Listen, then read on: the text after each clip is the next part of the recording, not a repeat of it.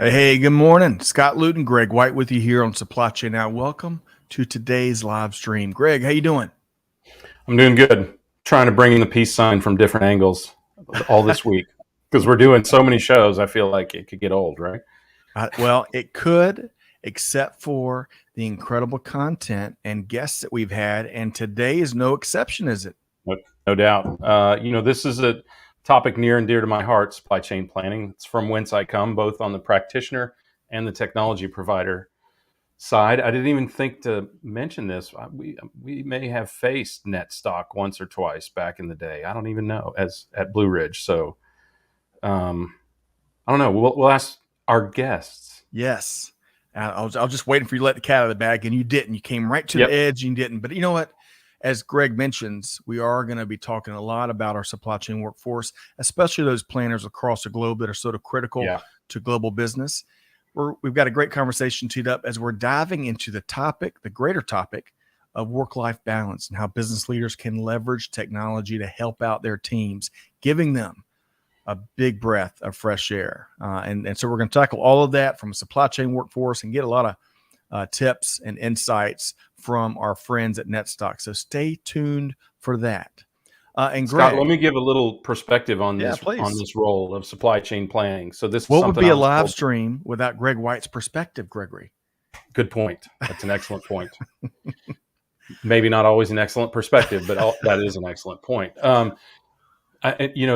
was told this a long time ago, and that is, as a supply chain planner or whatever, any kind of demand forecasting, planning, replenishment, allocation sort of role, there are only three conditions, right? If you're either overstocked, you're in trouble for being overstocked.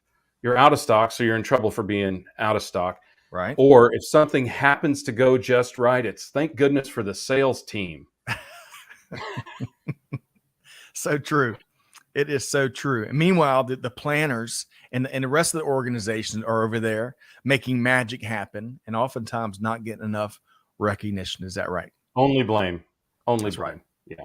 So we're in the process as an industry of changing that. I think in many ways, it's been cool to see over the last a couple of years, at least from my perspective, the planning function and those incredible people that make it happen, get more recognition and a lot more understanding. And in this case, as we're going to be talking about today, how can we offer these valuable components of the global supply chain ecosystem a better work-life balance, right? So gotta have a better hand, right? I mean, it is about the technology and what the technology can do to support the decision making of the planners. So that's right, undoubtedly. That's right. And that it hasn't really been on the people; it's mostly been on the tool set that they've had in the past.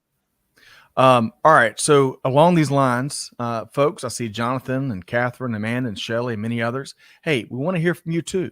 So as we have the conversation with our two guests, we'd love for y'all to chime in. We'll be sharing as many of your comments as we can get to here today. Before we bring on our two wonderful guests, and hey, we've had a good fortune of having a couple of pre-show chats with our two guests today. And I'm telling you, you're going to really enjoy and value their perspective. But before we do that, share a couple of quick program notes. Today, Greg, speaking of great guests, we dropped the episode where you and I interviewed the extraordinary Roberto Canavari, who is essentially the fearless supply chain leader for Estee Lauder companies. And he is a dynamo, right? Yeah.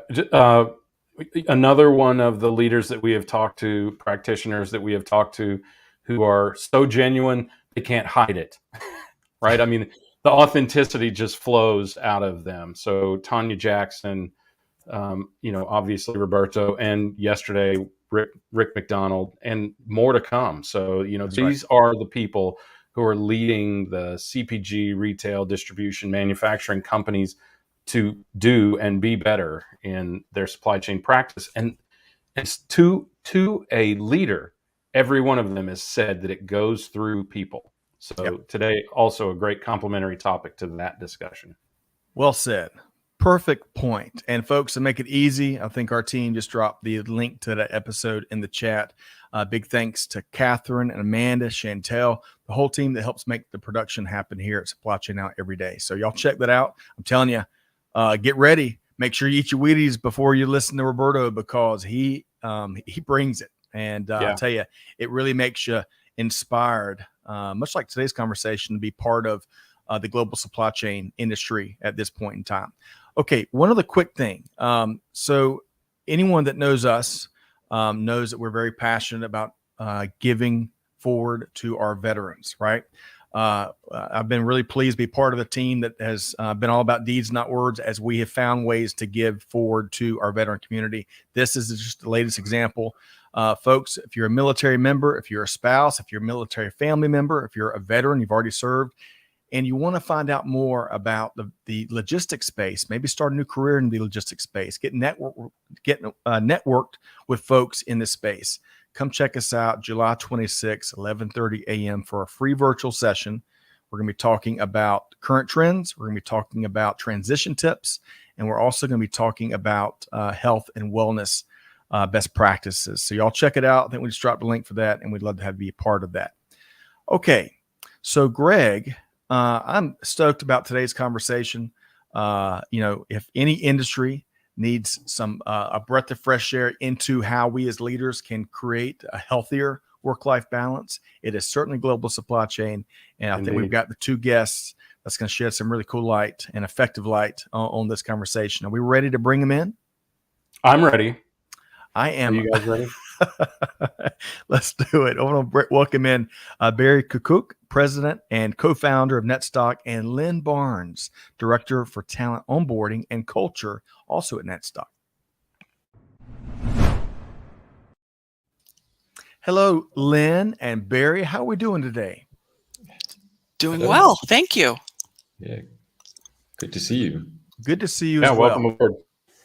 So I mentioned a moment ago, Barry and Lynne, just how much we've enjoyed our pre-show conversations. Love the approach y'all take, not just with this conversation, but when it comes to industry leadership, organizational leadership, and of course, what you're doing is Netstock. And we're going to touch on all of that over the next hour or so. But before we do, Lynne and Barry and Greg, we got to get to the heavy hitting topics, right, Greg?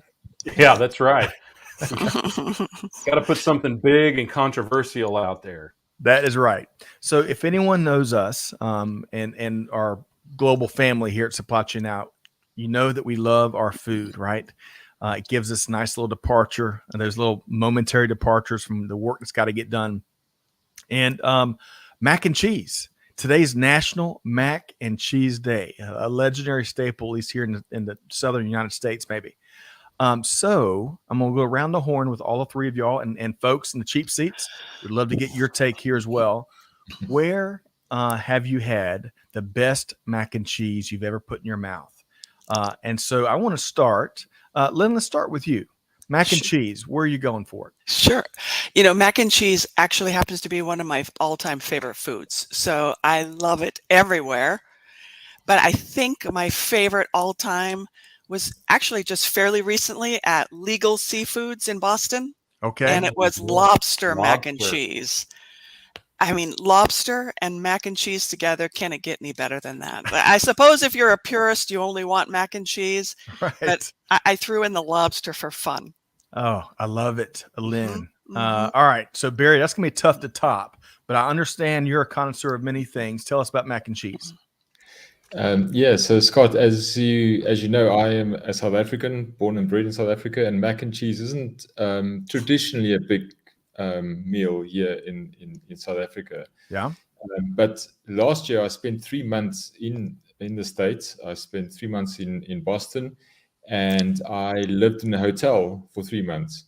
And I can tell you for free that after about 2.5 months, you are pretty sick of restaurant food, hotel food, or anything like that. And one of my colleagues invited me for a barbecue to his house. And his wife made this amazing mac and cheese with bacon bits in it. Oh, and unfair. Just eating a home-cooked meal and this mac and cheese was divine. So that's the best mac and cheese I've had in my life. Oh, Barry, that sounds delicious. Both Barry and Lynne, I'll tell you, y'all brought it today. Both of that sounds delicious. I'm going to see what Greg is thinking when it comes to mac and cheese. Well, Scott, I'm a foreigner also. I come from the Midwest, not the Southeast. So I was not raised eating mac and cheese except for Kraft mac and cheese, but the best mac and cheese I have ever had was a barbecue joint called Dave Poe's in Marietta, Georgia. Okay. The mac and cheese recipe was so popular that Southern Living magazine actually published in like the early 2000s or late 90s, something like that, the recipe. And now people all over, at least the area, make this delicious 3-cheese mac and cheese where they use big tube noodles. And oh my gosh, it is by far the best I've ever had, especially with the crusty top. Oh man. Oh, you're killing me, Greg. Lynn and Barry, I've had a chance, thanks to Greg's recommendation, to take my son to that restaurant and have it. That's right. And he's not lying. It's delicious. But I must just, in our extended family where I'm from in Aiken, South Carolina, we have a mac and cheese legend. She is my Aunt Linda. And I tell you, growing up, I was spoiled because I got to eat some of the best mac and cheese, and the whole family wanted her recipe, and she's been very generous with it. So, Aunt Linda, if you're listening, I'd like it. Yeah, we'll share it. Maybe it gets in Southern Living, but love you and love the mac and cheese. Okay, Greg and Barry and Lynn, really quick, I forgot to do something earlier that we never forget to do, and that's we got to welcome folks in from the cheap seats. What am I thinking, Greg? It's okay. Jonathan, it's okay. Yeah, it's out of order, but it happens. You got it. It happens sometimes. Jonathan, welcome in via LinkedIn. Let us know where you're tuned in from. Great to have you back. I know you've been a part of some of our earlier shows. Of course, we mentioned Catherine. She's tuned in from the chilly North Georgia mountains. Lynn, we were talking, it's been a bit abnormally cooler here in Georgia here lately. Really? It's been yesterday, I don't think it got over 85 degrees, Greg, and humidity's been down. Strange. It's the metaverse. Maybe we're in a different universe this week. Who knows? But we're our own avatars. That's right. Amanda, appreciate what you and Catherine do every day. Shelley, great to have you back. And yes, Greg is on that Flexport list. And I tell you, with all the goodness he brings, it's coming. What list is that? I didn't see a list. We'll talk after show. Okay. You're on every list in my book, Greg. You know that. Thanks. Jonathan's going back to the point we were talking earlier. He is one of our dear planners in global supply chain, and he agrees with us. Kind of too much behind the scenes. We got to give more love to what goes on in the planning function. Clay Phillips, of course, Diesel. Always with us. Appreciate what he does. Diesel, because the engine never stops running. Lynn and Barry. Let's see. Naja's weighing in. Boston has some of the best lobster mac and cheese, which is what Lynn was referring to earlier. I'm with you. Patrick, smoked mac and cheese with a touch of brisket. Ooh, man. All right. So Patrick, you're tuned in via LinkedIn. Let us know where you're tuned in from. I'm guessing Texas with the brisket mention. But it could be mid South, Midwest, Kansas, Oklahoma, Texas. We'll figure it out. Yeah, maybe so. Julie is back with us. Julie had some great comments on yesterday's live stream and many live streams. And then finally, Kenneth, tuned in via LinkedIn from Dubai. Great to have you here with us, Kenneth. Looking forward to your perspective. Okay, one final comment. I lied. Clay says, Costco mac and cheese tub. It comes cooked, but you put it in a Traeger grill for about 30 minutes to smoke. Wowee. Okay, you learn something new every day. So Clay's dad is a Traeger master. Really? This guy can make anything in a Traeger grill, and it does make it better. Okay. Yeah, it's fantastic. We'll have a grilling episode. Maybe we'll grab Barry and we talk different whiskeys, and it's all culinary. So we'll save that for a future episode. Okay.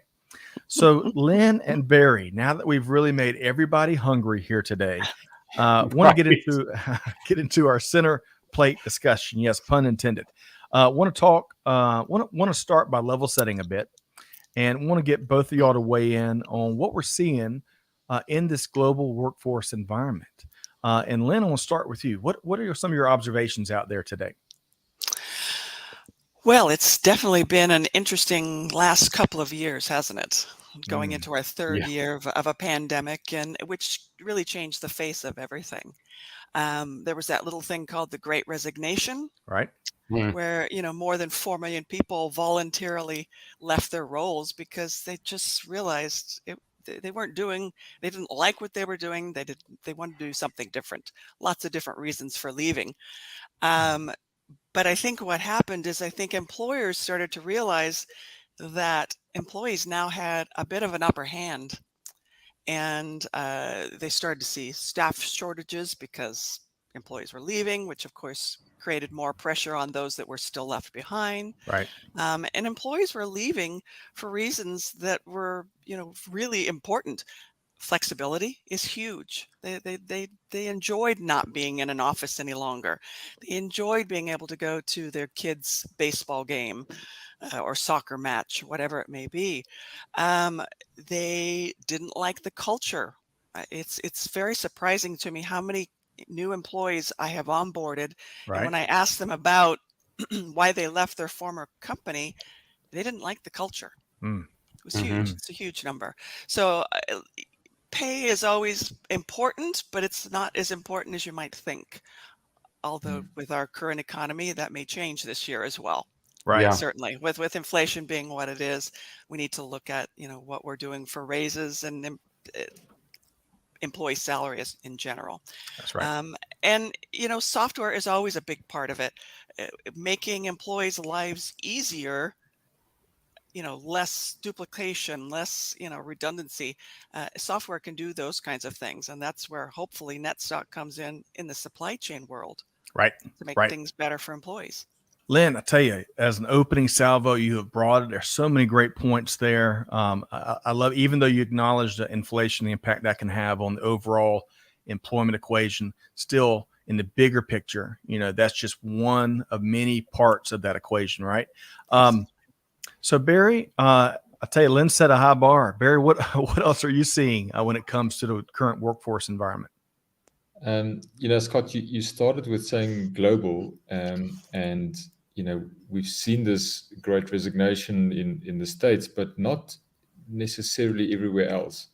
And we're lucky because we are a global company and we can see trends in different places. And for example, in South Africa, unemployment is pretty high. It's just the environment we are in, and we've seen a lot of companies, not just Netstock, but other companies, people I speak to, where they've replaced people from the States with South Africans or with Australians or so on, because those people need a job. And suddenly, after the pandemic, everyone realized that remote working is possible. And so, you can now outsource or to take your workforce to a different place. Right. And you don't necessarily have to have them, even in the States. I mean, Silicon Valley, half the people are now living, in rural areas and still doing their job. So I think that's been a big one. Yeah, agreed. Greg, I want to get your take here in just a second, but I want to close the loop on a couple of things. Jonathan tuned in from Louisiana. Gosh, talk about culinary legends down there. So, Jonathan, thank you for sharing. I think this is, let's see here. I think this is Timothy Tang, mac and cheese with ranch and spicy herbs. Hey, this new one for me. Thanks for joining. Ranch. Yeah, how about that? You're in America when we put ranch dressing on That's it. right. Ranch anything. Patrick tuned in from Columbus, Ohio, great part of the world. Not too far from where they hosted Supply Chain 360, that great event a couple weeks back. Justin Wilson, crab mac and cheese. There it is. How about that? And Clay That's my says, favorite. Yeah. Shout out to Papa Steve. To your point. So Clay, Steve's a legend as well. Get him and Aunt Linda together. We've got quite a meal. But Greg, back to workforce, as we're using this as a way of setting the table for today's conversation. Lynn and Barry have shared some of their observations. Your quick take, and then take us right into where we're going next with our panel here. Yeah, I think global is the key word there, because we do see dramatically different situations. Though in the Americas generally, we're seeing about the same thing as we are in the States.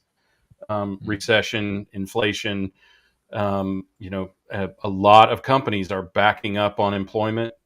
Remember the old days, gang, when people would accept a job and then not show up on the first day and not worry about that? Well, that's coming back on them a little bit because now companies are rescinding job offers.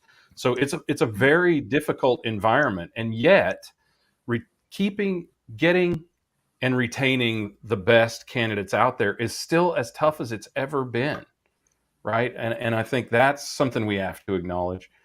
And companies they're struggling to get and motivate and elevate and retain the best candidates out there. So, and I know you all see that on a worldwide basis. So I'm curious, what are you seeing in terms of how companies are impacted or impacting or being impacted by that? Barry, you want to tackle that? Yeah, absolutely. What we've seen is that I think Scott said it earlier. The employees suddenly have a bit of an upper hand, and after the pandemic, the companies who still hang on to the old ways and try to dictate how people should work and when they should work and so on are struggling. I think if you can be a little bit more flexible and understand that, not everyone needs to sit in an office, half the time. I'll give you an example. We this big company here in Johannesburg, and kind of at the end of lockdowns, they said, okay, what we'll do is on half the people come in on Monday, Wednesdays, and Fridays, and the other half come in on Tuesdays, Thursdays, and Saturdays. And so we still social distance, but at least people are back in the office. Well, guess what happened?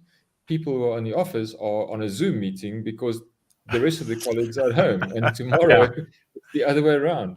So, and people were saying, why are we doing this? There's no point. Either we all come or we all stay at home, but there's no point sitting in the office on a Zoom, and I'd rather be, at home in my pajamas in a Zoom, So definitely, I think if you're not flexible, you're going to struggle to retain talent.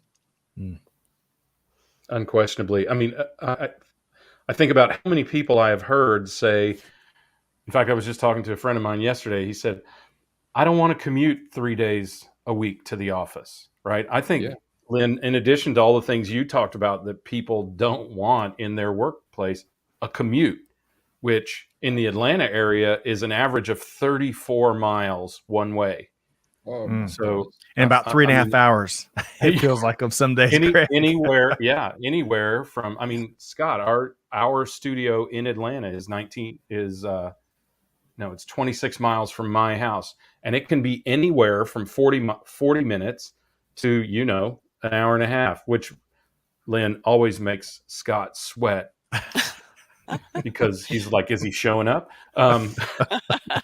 So I always tried to be there way before we needed to go on the air. But as you have observed, Lynn, I'm curious what kind of struggles you're seeing companies have in that regard. Well, what I was going to say is you're preaching to the choir in Southern California. Try a drive into Los Angeles. That's right. Yeah. So I completely understand the traffic part of it, but companies are just not taking employee retention as seriously as they should. And what needs to happen more is they need to invest in their employees.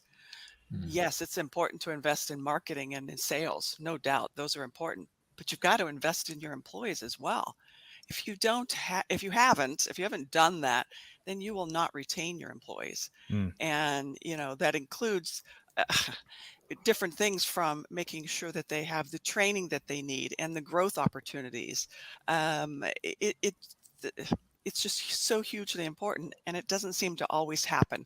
They say they're going to do it, but what do they put in place? And they don't often put things in place. And that's why I'm at Netstock, is to make sure that we try and keep our employees happy. Onboarding is a perfect example. That's one of the reasons I was brought on board. And if you don't onboard an employee properly, you stand to lose them very, very quickly and easily. Yep. You start out behind the 8 ball, right? I mean, correct. It's hard to get them integrated and engaged if you don't give them the lay of the land. Yeah, that's a fantastic initiative. And you're right. I think a lot of companies think that cute little package with your laptop and a t-shirt and whatever else you get on day one, there's your orientation right there. Yeah. Right? Exactly. That's your onboarding. Well, so let's talk a little bit more specifically around supply chain, Salesforce, and you may have seen the intro. I have a special place in my heart for people in the planning practice because they are often and historically abused, but they provide so much value. And I'm curious, in this world with new technologies and new approaches to planning, and of course in this new employment environment, what are you seeing specifically in that demand planning, supply planning, S&OP, all of those areas that you all touch in regard to employment there? Barry, you want to start us off? Yeah, I think you said earlier that the poor person doing the supply chain planning or replenishment is always getting shouted at. Either sales are shouting at them because they don't have the right inventory to sell, and it's their fault that the sales guys don't make their targets. Right. Or the CFO is shouting at them because you've got all these millions of dollars tied up in inventory that's just sitting there not moving. Or the CEO is shouting at them, and they're just sitting in the middle and fighting fires all day, and it's very, very tough for them to do that. And with the events of the last 2 years, it's just become 10 times worse than what it used to be. One of our colleagues always says that you will give Salesforce to your sales guys, you would give an ERP system to your accounting guys, and then it comes to the supply chain manager and you give him Excel. A spreadsheet, right? That's exactly right. And I'm gonna steal that, Barry. I'm gonna steal that. That is great. Yeah, the tone with which he said it, Scott, is it's critical. just not fair. Right? You need the best tools, because face the facts. Supply chain, and especially inventory, is the heart of that kind of business. Without that, the business doesn't exist. But you just think, oh well, we don't really need to equip these people. So we see those guys really under pressure, and it's our mission to help them and improve their lives. That's great. I think there's a couple things in addition to suboptimal tool sets, which is, putting that kindly, I think you nailed it, spreadsheets or whatever, or the ERP min-max system or whatever, right. But I think it's not just that, but it's also the infrastructure, the data and information that's required. And then so many companies focus on only the forecast, not also the risk planning and the resiliency planning that is necessary in demand planning as well. So yeah, that's a great catch. Lynn, when you think about it, you have to have a special caring specifically in your role for these folks, because you're doing it for the same kind of situation in your own company. But tell me a little bit about what you're seeing in that environment. Well, I think fortunately at Netstock, we don't have probably the same pressures that the other folks that are doing this job specifically. We talked a little bit before we got on the show about the ships that are down, as I look out beyond Pacific Coast Highway, for miles and miles and miles. I can't imagine a person who's doing this job waiting for supplies, waiting for, the delays just have to be killing them. And so it's really up to the HR people and their managers to be on top of what's going on in their lives and making sure that they have the tools that they need to survive and to get through this. And it's not over with yet. We've got a ways to go. And hopefully, they truly need to make sure that work-life balance is there and that they have the tools they need. Excellent Tools point. are critical. Yeah, that's right. Yes. That's right. As is, or as are, whatever my subject verb agreement means. Leaders that truly care and want to take real action and do something about it. Right. You look at a lot of third-party data. Burnout is a real thing. Folks, these last few years have really stressed folks out in the supply chain, in a variety of functions within the supply chain. And we're seeing it's one of the drivers of some of the turnover. So the onus is on leadership to do something about it in a very meaningful way. So really quick, I want to welcome in Harshita is tuned in from Toronto. Folks, if you ever get this, when you make a comment, it's just a little security setting on your LinkedIn profile. You can toggle it, and it'll allow third-party apps like StreamYard to share your name and location and all. So great to have you with us here, Harshita. And from Ontario, Kadri is tuned in. Kadri, great to have you here via LinkedIn. Patrick, I think Patrick's referencing your Excel, your spreadsheet observation there. He loves it, and it is a harsh truth for all things supply chain. Amen. Patrick, great to have you here today. Okay, I want to keep driving. I want to get into, we've kind of framed some of the challenges a good bit, both in general with what's going on, and then with the last segment really focused on supply chain and the planning function. Lynne, I want to get into some of the ways that you're seeing some of those proven best practices. Greg hates that term, but some of the things that you've seen that works when companies really want to promote a healthy work-life balance. What are some of those things, Lynne? Probably one of the number one things that comes to my mind is encouraging health and wellness, but making sure that our executives as well, the Barrys of the world, are also walking that walk. It's real easy to say, and Barry is a workaholic, a self-described workaholic. And so trying to get, he truly is, love the guy, and that's why Netstock's where it's at. But trying to get the guy to take a vacation isn't always easy to do.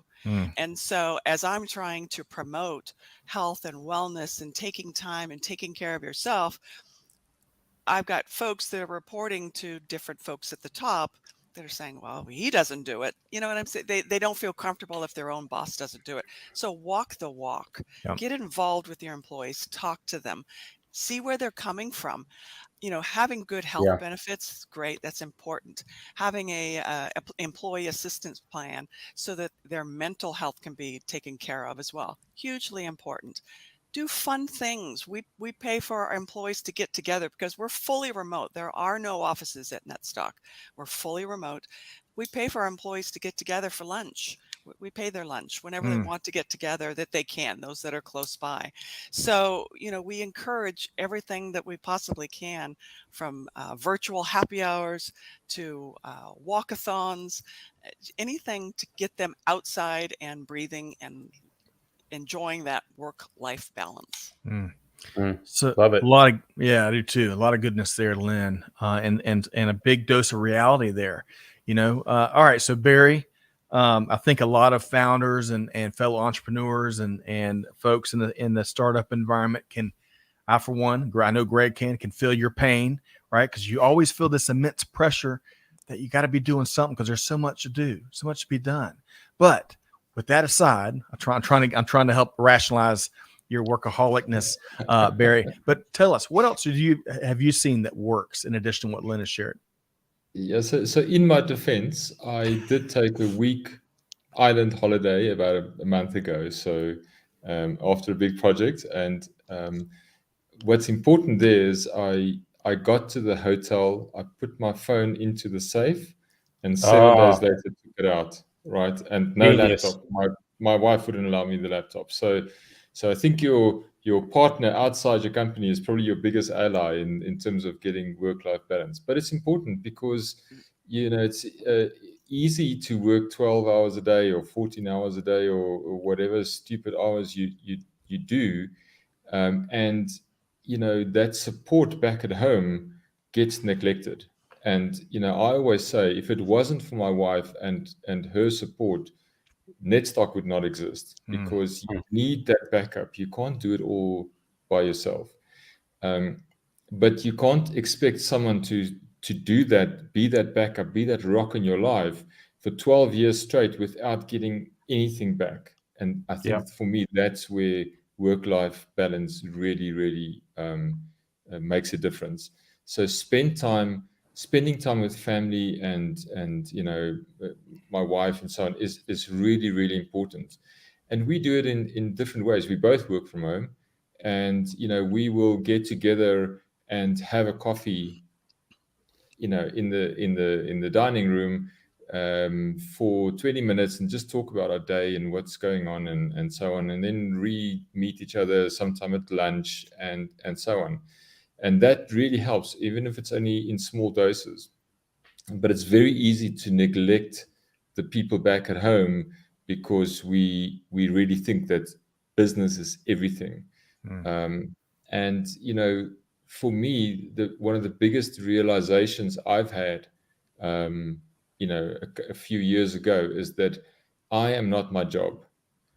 If the job gets criticized, it's not me that's getting criticized, and that's a very tough thing to do. And I think everyone, you don't have to be, a founder of a business for that to be true. I think anyone who does a job and takes pride in their job, and they really want to do it well, you have to realize that sometimes things happen, and yes, you are just a human being, and you can make a mistake, and that's okay. So to just get yourself out of that mindset that criticizing the action is not the same as criticizing the person. Yeah. I think that is Amen. hugely important. Huge. A lot of good stuff there, Barry and Lynn. Greg, I'm going to share a couple comments here in a second, but before I do that, as a also a fellow founder, an organizational leader, someone that's been charged with leading workforces, what are some things that come to your mind when it comes to protecting that work-life balance? I think first you have to define what everyone means by balance, because it's not 50-50. It certainly is not. I mean, we had this discussion when I founded Blue Ridge. We had this discussion when I was the CEO at Curo. We've had this discussion multiple times that balance usually means closer to 70% business, 30% personal, and 30% of that 30% is also going to be infiltrated by business, right? I mean, what Barry did is highly exceptional in putting his phone away. It was funny because, Barry, that was one of the questions I was going to ask, was how many emails did you do on vacation? So I'm very happy for and proud of you for doing that. Yeah, that's good. That's great. So you have to understand what other people's tolerance level is, right? And now, this is the old, how are you going to keep them down on the farm now that they've seen Perry? That's a song. Now that people have seen that they can work from home and not have to endure a commute and spend more time with their significant other at home, throughout the day, which is so rewarding, by the way, isn't it? I mean, now that they've seen that, they don't want to go back to the old way. And and I've run a company much like Netstock that was 100% virtual, 100% vertical, very, very tall building, 100% virtual. and we made a special effort to bring everyone in the company. We were a very small company. There was only like 14 of us at a very early stage. We brought everybody together at, for lack of a better term, the corporate office, 1 week a month. And Nice. while nobody wanted to do that at first, least of all me, because then I had to feed everybody. But when nobody wanted to do that at first, they saw the power of getting together, but they didn't have to live it every single day. It was really amazing to see, because the in-person dynamics, I will always argue till the day that I die, that it's so incredibly important. And the things that you're doing, like getting people together for meals, is very powerful. You can solve in seconds what would take months otherwise. I've watched it happen. So you just have to be, as a leader, you have to be very intentional about what you're trying to accomplish. And what you're not trying to accomplish is for everyone to work in an office. What you're trying to accomplish is outcomes. Yes. However, the culture of your organization produces those outcomes. You have to facilitate that. Yep. All Absolutely. right. So what I want to do, I want to share a couple quick comments, and then we're going to be getting into defining and making sure folks know what Netstock does, because you've got to have the right technologies, right? And that can be a unique organization by organization type of selection process. But really quick, Bella is tuned in via LinkedIn from the UAE. Great to have you here with us, Bella. Thanks so much. Let us know what you're thinking of these conversations around work-life balance. Debrion, if I got the name wrong, let me know. We try to get everybody's name right. He says, we are seeing a lot of burnout from our Air Force planners as well. The military is struggling. The maintainers, talk about folks that don't get enough recognition. The maintenance teams and pros, both in the military and on the private sector out in industry. They have a very underappreciated job. But thank you for tuning in, and we've got to take action, right? Prem Singh tuned in from India via LinkedIn. Great to have you here. Let us know what you're thinking. I want to arrive here. So if I'm going to offer up Julia's question here, Lynn and Barry, and if you can just give is there anything that comes to mind for a quick answer? And then we're going to get into making sure folks understand what Netstock does. Lynn, when it comes to how you're measuring employees' expectations, their needs, what they want, their preferences, anything come to mind? Absolutely. It says here, such as a survey. An employee survey is absolutely critical. And we are due for one. So I'm pushing to have that done. Make a We are note. due If you for need one. to pause for a minute and make a note to yourself, go ahead. It's That's okay. right. I've got the note, but yeah, it's absolutely critical. And then the next, even more critical, is following up after the survey with those things that, you need to be looking at. Wonderful. And Barry, any quick comment here? Yeah, agreed. There's no good taking a survey and then sharing it with 5 board members and it stays there, right? If you don't share the results back with the people, and then let's find ways to improve, and Take action. that's the critical part. Yeah, Absolutely. well said. Well said. And Julia, great question, man. You bring some of the best questions to the live stream. And Debrion, thank you. Man, it feels good to get names right. And by the way, I love that. That's an enthusiastic. You got it right, by the way. Yes, I love Right. it. Okay. So as we're coming down, not exactly the home stretch yet, we got a couple more twists and turns. And Barry, what I want to pose to you is let's make sure a lot of folks are familiar with Netstock, right? Y'all been on quite a journey, but tell us more. Give us in a nutshell version of what the company does. Sure. We as founders came together in 2010. We have worked together previously, and we have created inventory optimization software, but more on the enterprise level. You're talking about $500,000 for an implementation, $1 million, and that kind of thing.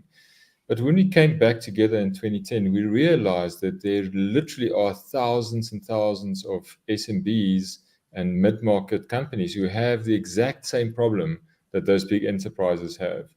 The issue is, if someone has $1 million of inventory in a warehouse, you can't sell them a $500,000 piece of software. It's just not viable. So these guys were sitting out in the cold, while the big companies were very fast becoming data-driven companies. So they have all of this data, they employ 1,000 data analysts, and Amazon is just steamrolling everyone, and Walmart is doing the same, and so on. And so, we really wanted to help the smaller guys out there to also have access to good planning and replenishment software. And at the time, 3 things kind of came together, and that was software as a service became a viable business model. People were okay sending their data into the cloud, which back in those days was still very new, but it was getting better. And also, the web became a platform where you could deliver software for people to use on a daily basis. And that's really where Netstock was born. And our mission since then has always been to empower and arm the up and coming companies with the tools and the know-how to also compete in the market. Because I don't know about you, but I don't want to live in the world where there's only Amazon and Walmart and maybe Target.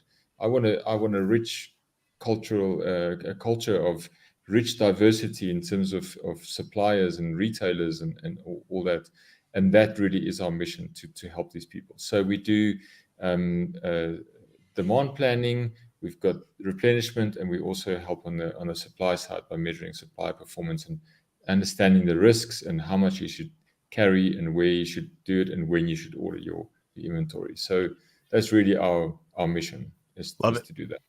Barry, you're helping to power democratization across industry and giving folks lots of choices. And that's one of our we're big proponents of that here at Supply Chain Now, so much so that Greg even coined an acronym that he can say now, he can say for later. But Greg, when you hear Barry's story there and the very purpose-driven mission that he and the Netstock team are on, what comes to your mind? Think about how critical that is. I mean, if the pandemic has taught us anything, is if you can't get that one washer from that one tiny company running out of their garage, you still can't build your product. right? Yes. So Yes. so Right. I think this level of democratization is really, really unbelievably important and really hard to reach for. I mean, it takes it takes a special business model as well as a special kind of an appified product that makes it simple enough for people who they may be chief supply chain officer, CEO, head chef, and bottle washer at their company, and they've got seconds to spend on planning their supply chain, right? Yeah. So it's no small task. It's actually more complicated than building something that gets customized at an enterprise sized company. Yeah. Right. So I think it's super powerful. And somebody here was saying, SMB and mid markets are critical. They absolutely are, because that's what fuels the supply chain for even the largest of companies. Right. Yep. Absolutely. Great to have you back with us, Michael. Hope this finds you well, my friend. There it is. Yep. Hey, really quick, Lynn. I love that Netstock has such an incredible leader like you in a role for talent onboarding and culture. I think that's illustrative of what we're after and what business leaders should be doing as part of our earlier part of our conversation. Your quick comment on how refreshing it is, how fulfilling it is to be in your role at Netstock. Oh, it's actually so much fun. I can't even tell you. When I first got the job, I was trying to explain to my husband, and I said, Julie on the Love Boat, how she's the cruise director. That's kind of what I'm doing. I'm looking for all the fun things to do. But it's evolved from there. And besides trying to look for fun things to do with our employees, it's also just being there and caring about them and talking to them and listening to them and understanding what their needs are and where they're happy and sometimes maybe where they're not. I love it. The Love Boat. Yeah, it's good to see. It's good when Gen Xers inadvertently reveal themselves, isn't it? Right. I love it. Nice, Greg. We're out there, people. That's right. Don't skip us. We are a generation. That's right. We're still making it happen too. Hey, right. Really quick, Lynn, Ermias from Ethiopia, welcome to the show via LinkedIn. Has a great quick question and would love to get your quick take here before we move on to the resource that y'all brought to the table. How do you increase employee engagement on surveys? Any quick response there, Lynn? Quickly, I think the questions that you ask are important, number one. But again, the most important thing is the follow through and the follow up with where you have employees that are not engaged. You've got to follow up. You've got to let them know that there will be action from that. And payday is a great day to do a survey. That's a great tip. Great tip. And Julia People agrees. are never more engaged than on payday. Ermias, great question. And Julia, I think you're aligned with the rest of us. Kindred spirits here. Following up is critical. Okay, so back to Barry. So Barry, we have got a neat resource that y'all have brought to the table here today, and I was checking it out earlier. It's an ebook focused on best practices to optimize your supply chain, and we're going to drop the comment or the link in the comments so folks can download that just one click away. But before we do, and I would love to get you to speak to, why folks should check this out. But if I could offer a quick little snippet, as I was looking at this morning, Greg, the term ebook has so many different definitions. And unfortunately, so many organizations take like the straight sales side, right? They don't put any content in. It's straight sales. Barry, Lynn, and the Netstock team, this is really a full ebook full of information that's going to help you regardless if you do business with Netstock or not. So Barry, appreciate y'all's approach there. Why should folks check this ebook out though, Barry? Firstly, apologies to Greg for the word, best practice in the title. So no. Nice, Barry. I love it. I'll have to tell you about my philosophy on that, Barry. Absolutely. So when I said earlier, it's our mission to help these SMBs and even mid-market companies. It's reflected in this book. We really want to help, and it's not about we want to sell you something, or there's only one way of doing things. So it's important for us to help educate the market, because the more people get educated, and the better they get on that maturity curve on their supply chain, the better everyone is off. So, in this book, you will find, things like how to review your suppliers and why that's important, and how to measure the performance of your suppliers. And then looking at, what should you measure? What key performance indicators should you measure in your inventory? There's probably 100 things that you can measure, but they're not all equal. Some things to measure are far more important than other things. And Amen. so in this book, we will give you our take on what we think are the most important things to actually measure. And then, something very simple that a lot of companies don't do is classify their inventory. So, without understanding which items are important and which are not important, you tend to try and give all of your attention, your energy, and your dollars to everything, and that doesn't work.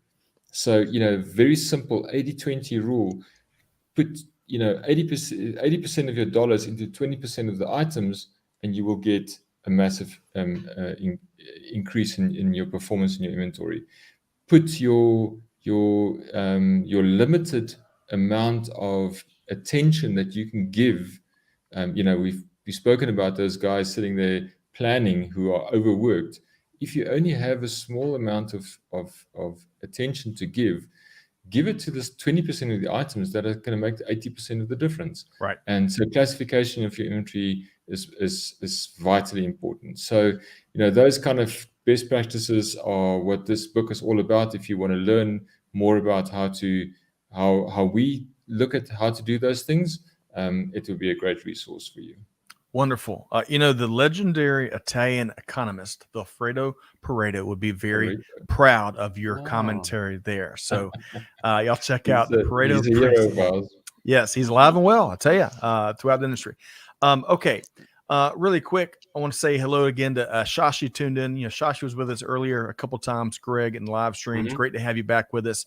And Michael had a follow-up point here. Small and medium-sized businesses teach you a lot. He worked for a small business in the beginning of his career, and it taught him a ton. And I agree with you, Michael. I've had the good fortune of working for a variety of size companies, from Cisco, the big food provider that taught me so much about customer experience, to a lot of family-run, manufacturing and other types of companies, and lots of learnings all along the way. Okay, so as we start to wrap, Greg, I don't know about you, man. I've really enjoyed the conversation with Lynne and Barry. I knew it was going to be good based on our pre-show conversations, but I think they have surpassed and jumped over that bar, Greg. What your take? Yeah, super refreshing. I mean, good to see a company and people focus on people and on small business, right? Which is the leverage point of all business. So, it's good. It harkens back to the old days, and I kind of dig that. So, folks, check out. Don't take Greg's word for it or my word for it. Check out the ebook. There's lots of information, and it also you can not required. You can get in touch and compare notes with Netstock to see if they're a good fit for what you're trying to do. Also, separate from that, I love that they're doing. They're practicing what they preach with their own business, and that is so powerful and authentic. Okay. So we want to make sure folks know how to connect with you other than the ebook. And Lynne, I want to start with you, but I got a two-part question for you. So Lynne, tell us how we can connect and learn more, but throw down the gauntlet, especially when it comes to talent management and culture. Challenge business leaders to take action with something. Lynne, what would that be? Challenging them to take, well, I think for me, it's care. It's caring about your people. It's being there for your people. I feel it with my leadership, with the Barrys and all of our founders and our CEO. They truly, truly care. And if you don't do a whole lot of things right, but you care about your employees, you're going to get it right. You're going to be okay. You're going to be able to get there. We're very, very transparent with our employees. We are honest and upfront, and our employees love us for it. So that's what I think. I love it. Get a hold of me through LinkedIn. I love it I love y'all for it, Lynn and Barry. Really, it's a very refreshing conversation we had here today. And as Lynn suggests, connect with her on LinkedIn. That's in the show notes. The ebook is in the show notes. Barry, how can folks connect with Barry and learn more about Netstock? Absolutely. Also, LinkedIn is probably the easiest way to connect, but also look up Netstock on LinkedIn and Twitter and other social media platforms. Our marketing team is always sharing great content on there, and to just keep in touch with what is currently happening in supply chain and inventory management. Love it. Really have enjoyed the conversation here today. I wish we had another hour or two. There's so much more to both of your stories and the Netstock story, but we're going to keep our finger on the pulse and see where y'all go from here. Big thanks, Barry Kukkuk, president and co-founder with Netstock, and his colleague Lynne Barnes, director of Talent Onboarding and Culture. Thank you to you both. Thank you, Thanks, guys. Thank you. That was a neat conversation. And Lynn, Greg White, Gregory S. White. Right. Those folks are just as approachable and down to earth in the pre-show and the non-live show as they are over the last hour. And no wonder, I bet folks love to work with and for Lynn and Barry, huh? Yeah, I mean, culture starts at the top. Unquestionably, the culture of a company starts at the top. Barry, as a founder, and I'm sure his co-founders and CEO, are key to defining that culture. And to me, one of the defining points of that culture is the fact that they have Lynn. So, that they recognize all the value of their people. And it's really interesting, when a technology company or service provider shares that with the industry that they serve, because often if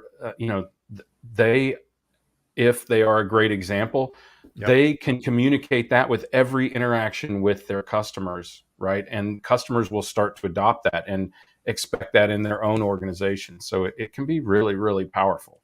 Love it. Sharing a couple. Yeah. Go ahead. You had one. I could tell you got one more PowerPoint to make. I just think, I think a lot of what they shared here is applicable regardless of whether you're in supply chain or you're not, whether you're a technology provider or a practitioner, right? Any company can learn from this. And look, times are going to get hard, right? I mean, with everything that's going on in the economy, where employees or candidates could be opportunistic and some took advantage. Right. Companies are about to be closer to being in control of that relationship and could take advantage, but none of that is productive. Right. And as a founder, I know this is part of the reason that Barry works 12, 15 hours a day. You feel such an incredible responsibility to the people that work for you. I mean, you are literally providing them with a livelihood that supports their families, and that is a huge burden. And I don't mean that as a negative thing, but it is a huge burden. You go to bed with it on your head and your heart every single night.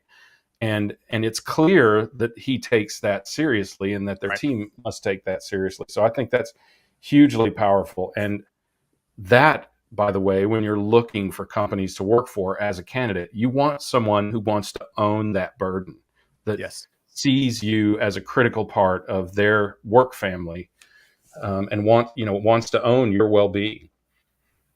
See, I knew there was more toothpaste in that toothpaste tube. I knew there's a lot more. Excellent points, Greg. Really powerful perspective. Been there, done that perspective, and I think that's a very accurate read. And some real pressure that folks have, whether they're founders or executives, leaders in the company. We've got to protect the whole organization. So well said, Greg. I appreciate you sharing. A couple final comments here.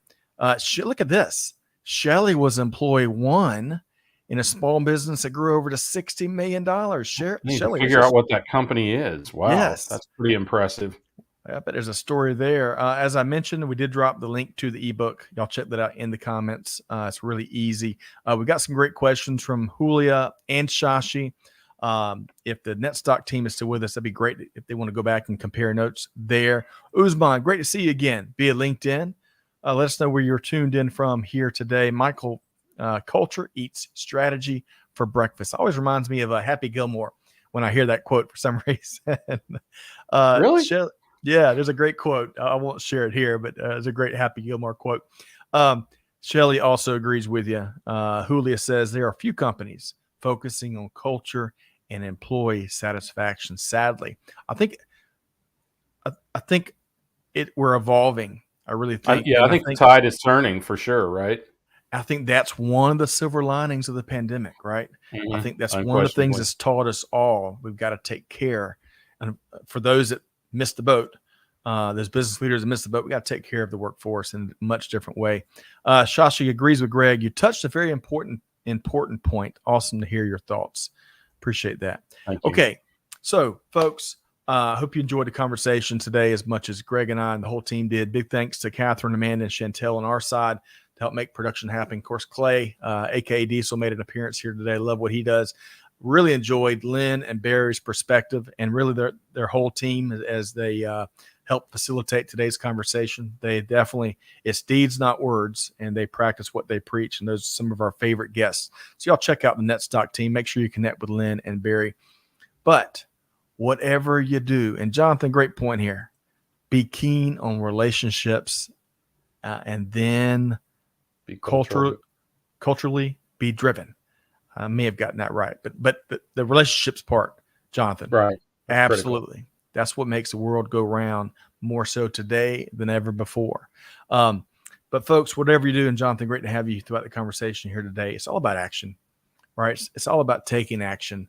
So on behalf of the entire Supply Chain Now team, Greg and Scott Luton here, hey, we're challenging you to do good, to give forward, and to be the change that's needed. And on that note, we'll see you next time right back here on Supply Chain Now. Thanks, everybody.